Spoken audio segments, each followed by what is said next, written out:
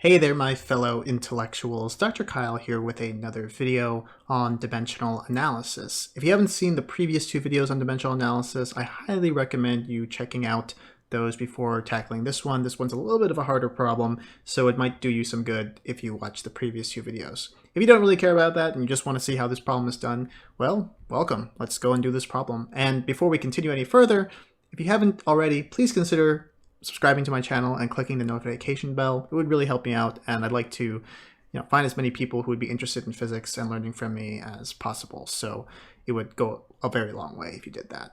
So with all that being said, let's go ahead and tackle this problem. The problem reads: a gas bubble from a deep explosion underwater oscillates with a period of t that is proportional to p raised to the a, d raised to the b, and E raised to the C, where P is the static pressure, D the water density, and E the total energy of the explosion. Find A, B, and C. So you can imagine here this scenario where we have this bubble, which I've drawn as a circle here, and you can imagine that it sort of like radially oscillates, right? So that's what it means by bubble oscillating. It's sort of expanding and rarefying and just undergoing that undulating type motion.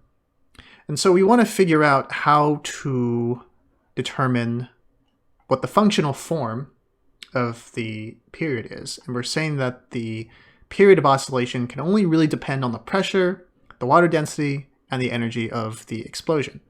And so we need to, like we did in the previous videos, we need to write out everything that we know.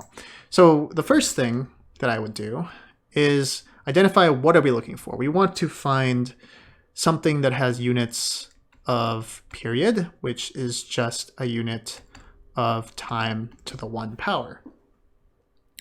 Now we also need to identify what all the other units are made up of in terms of their fundamental constituent parts. So P is pressure.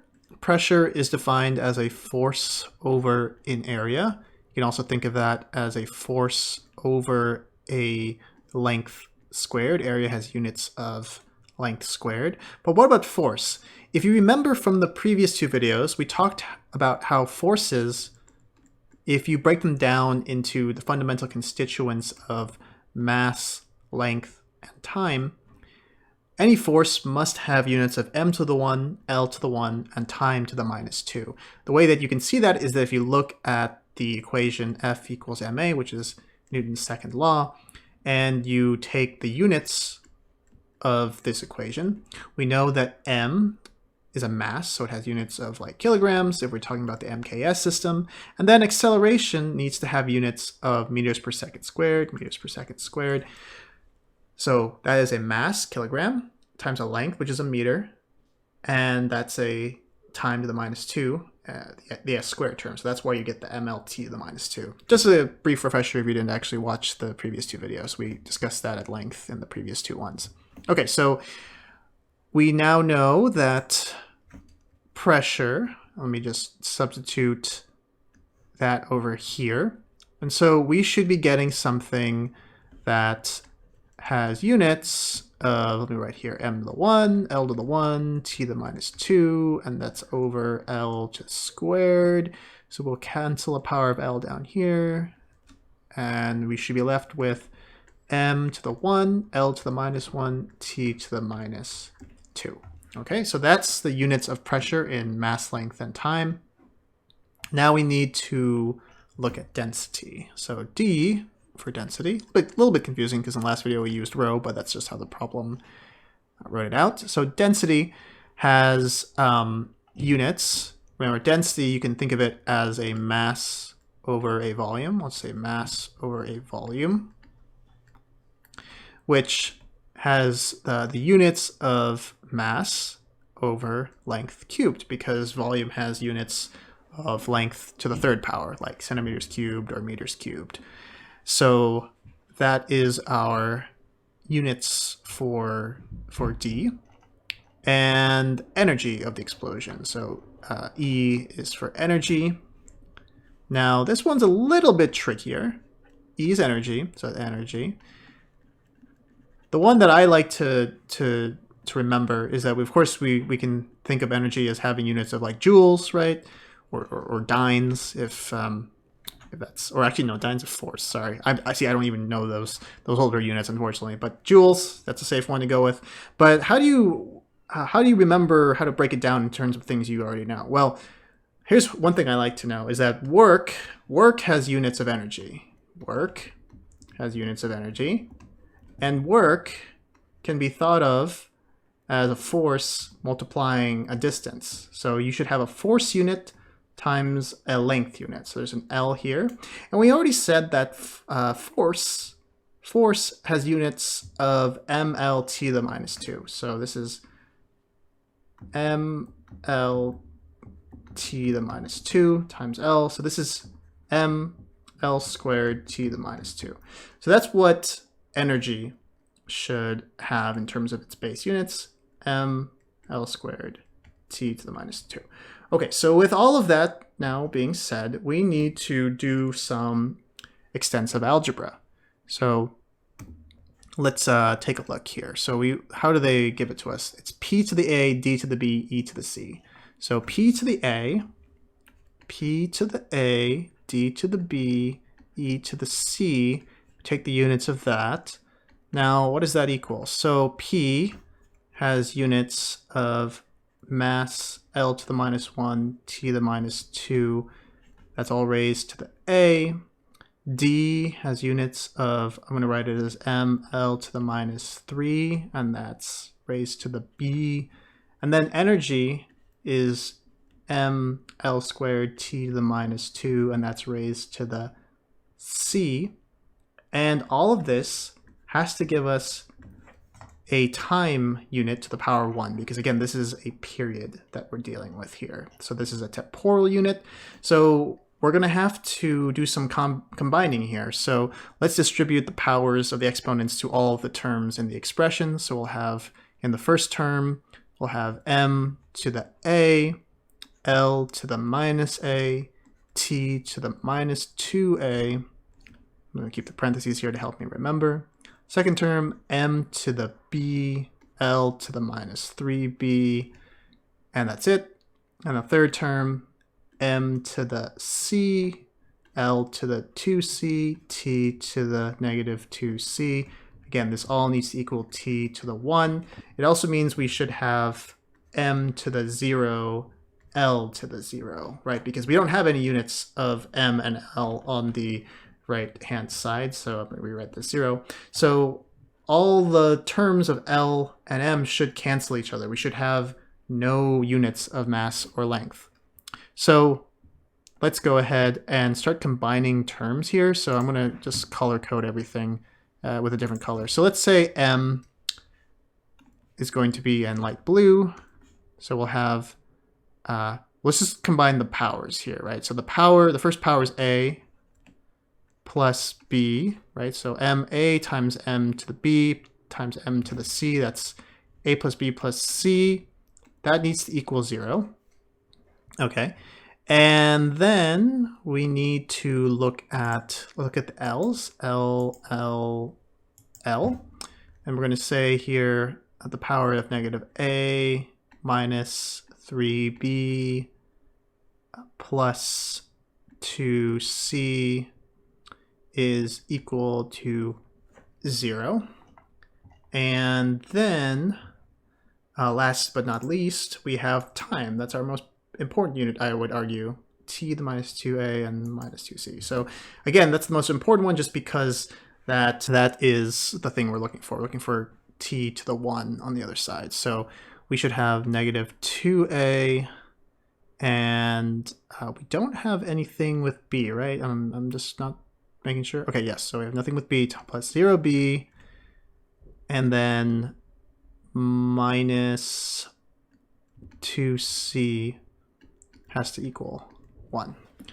Okay, so we have this system of equations here, and what we can do is we can actually use linear algebra, our knowledge of linear algebra, to solve this. So we have 3 equations and 3 unknowns, and if we were to write this out in like a matrix vector form, we would have something that looks like this. So there's a coefficient of 1 here, 1 here, 1 here, negative 1 here, and that looks like it. So our matrix sort of vector form, right? Matrix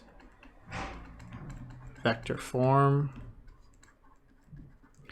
we would have something that looks like the following. We take the coefficients, 1, 1, 1, negative 1, negative 3, 2, negative 2, 0, negative 2, got to be careful there. And you multiply A, B, and C, that is equal to 0, 0, and 1. Now, what do we do here, right? This is a sort of a matrix vector kind of equation here. AX is equal to B. So A on X is equal to B.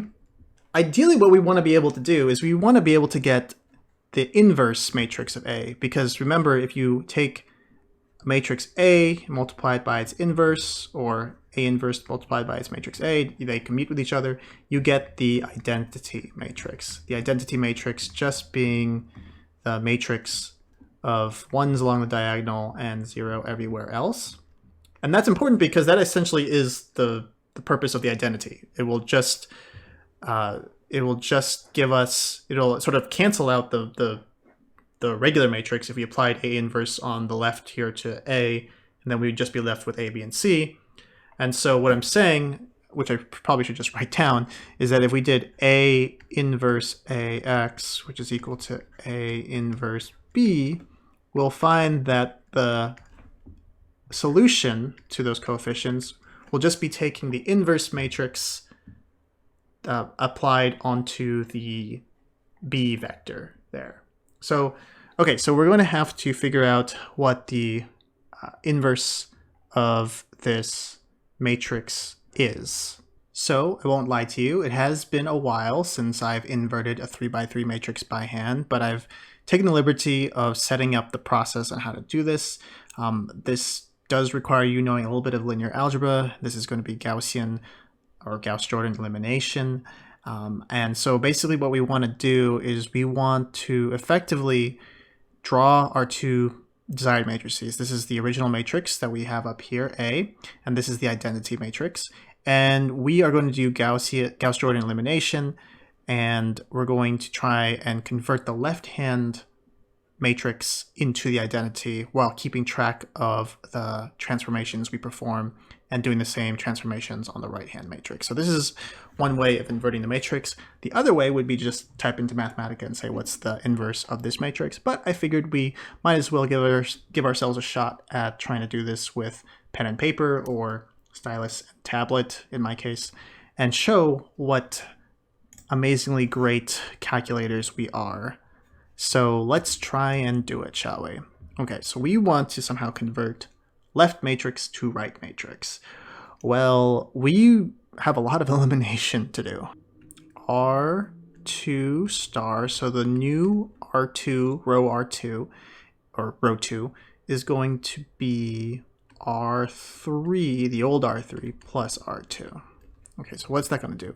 That's going to get rid of this term, because I want that to be a 0. And that's not going to get rid of this term, but that's not really going to affect this term. So I think that's the first place to start. So we're going to do that first. Again, we're not going to touch the first row or the third row. Those remain untouched. Those remain untouched, 0, 0, 1. But the second row is going to change. So we're doing R3, so that's R3 minus 2 plus a minus 1. I'm doing this really slow because I don't want to mess things up. Minus 2 plus a minus 1, that's a minus 3. 0 plus a minus 3, that's a minus 3. Negative 2 plus a 2, that's a 0. Okay, so that's one thing down. We have to do the same thing with the identity matrix here. So we do R3 plus R2, that's 0, 0, 1. So 0 plus 0 is 0. 0 plus 1 is 1. 0 plus 1 is 1. Okay, so that's step 1. So we've done that. Let's do this. Let's do this this might actually help things a little bit. Let's say that let's do this in one step. We'll say that R2 star is equal to negative a third R2. So we're going to divide everything by a negative, or multiply everything by negative 1/3. Then R3 star is equal to negative 1/2 R3. We're doing that because we want to get everything in terms of ones. So let's do that now. So first row is going to stay untouched. Second row becomes 1, 1, 0. Third row should become 1, 0, 1. And then things are going to change on the other side as well. 1, 0, 0, that stays the same. But we're going to multiply everything by negative 1/3. So we'll have 0, negative 1/3, negative 1/3, and then multiply by negative a half on the third row. So that'll be 0, 0, negative a half. Okay. All right, we did it in one fell swoop there. So, okay, let's do this. Let's say R2 star is equal to R3 minus R2. So what happens when we do that? When we do that, we'll get 1, 1, 1, 1, 0, 1. R3 it's 0, 0 minus negative 1, 1 minus 0 is 1. Okay. We kind of just like traded 1 for 1, but okay. And then we're going to do 1, 0, 0, 0, 0 minus 1/2. Oh, now we have to do some tricky math here. So we have to do R3 minus R2. So 0 minus 0 is 0. 0 minus negative a third is a positive third. Minus a half, minus 1/2, minus a third. That's equal to, that's negative 3/6 plus 2/6. So that's equal to negative 1/6. Okay. We do R3 minus R1 or R1 minus R3, we'll get a 1 right here. And then we can like pivot it and switch it around. So we'll do that. Let's just say that R3 star is equal to R1 minus R3. So that is going to become 1, 1, 1, 0 minus 1, 1. R1 minus R3, that's going to be 1 minus 1, that's going to be 0. 1 minus 0 is 1, 1 minus 1 is 0. Great. And then we have 1, 0, 0, 0, a third, negative 6. And then the third row is just R1 minus R3, that's 1, 0 minus 0 is 0, 0 minus negative half, that's a positive a half, right? I'm doing this really quickly in my head, so I apologize. What I'm going to do now is I'm actually going to swap R3 and R2 because I want this to be in the central row. You can do that because you're just going to interchange rows. It doesn't really change the system of equations. So we're just going to switch them. So we're going to say that R3 star equals, or R2 star equals R3.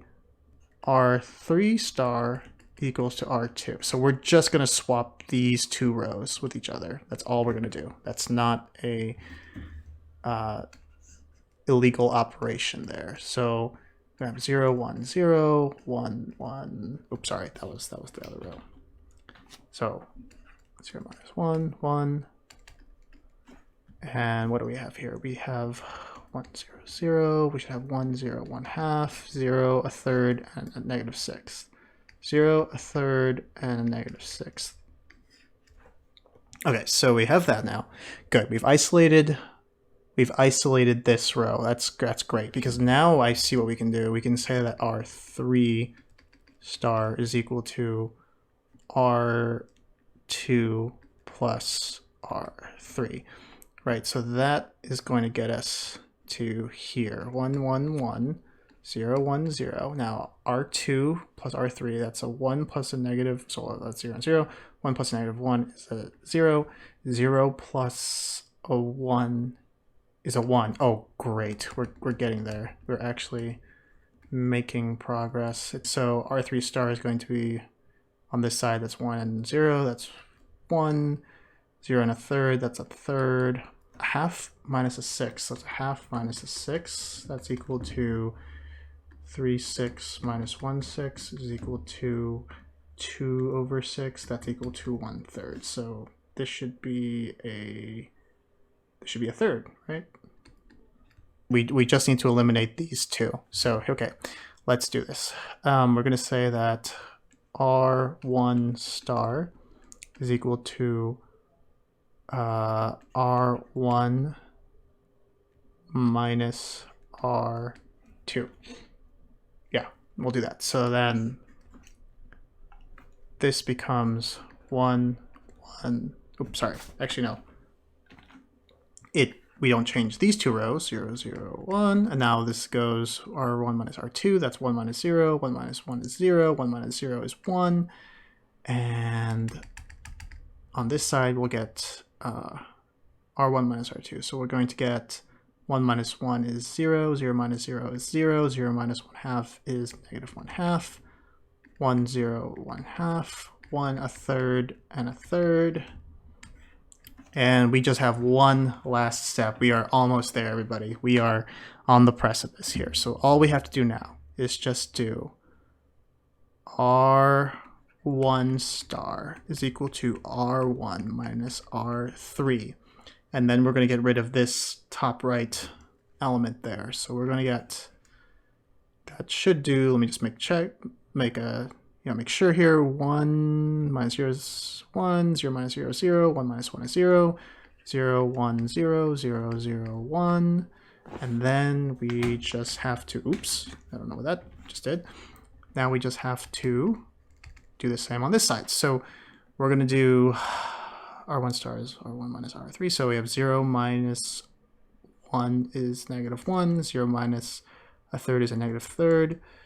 Negative 1/2 minus a third is what? That's equal to, oh, that's a common factor of 6. So it's negative 3 over 6 minus 2 over 6. That's equal to negative 5 over 6. Okay. So negative 5 over 6. 1, 0, a half, 1, a third, a third. Okay, ladies and gentlemen. Here is our inverse matrix. That is the inverse matrix right here.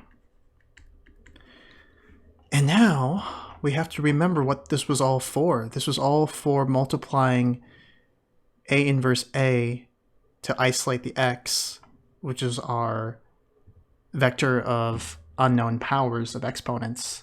And that should equal whatever A inverse B is, where B is just 0, 0, 1. So I am excited because we just did all that Gaussian elimination to get to here. Ladies and gentlemen, it is now the moment we've been waiting for. We are about to calculate the x vector. So how are we going to do this? We have to multiply this 3 by 3 matrix with this 3 by 1 vector. So we should get also a 3 by 1 column vector. So what do we have here? Okay, we're going to go negative 1 times 0 plus negative 1/3 times 0 plus negative 5 times 1. That is just going to be negative 5, 6, sorry, times 1, because that's 0, and that's negative 5, 6. Second row is 1 times 0 plus 0 times 0 plus 1/2 times 1. That's just a half. And then we'll have 1 times 0 times plus a third times 0 plus a third times 1, which is just a third. So this is it. This was our A, B, and C. A, B, and C. And so after all of that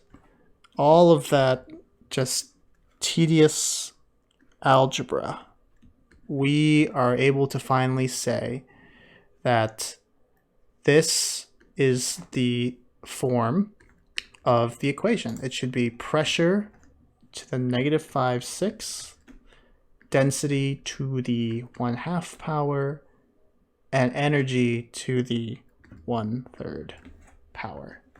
So that, my friends, is how you do dimensional analysis. With that being said, if you're still here, like and comment if you liked what you saw, subscribe if you want more content like this, and I will see you in the next one. Have a great night, everyone.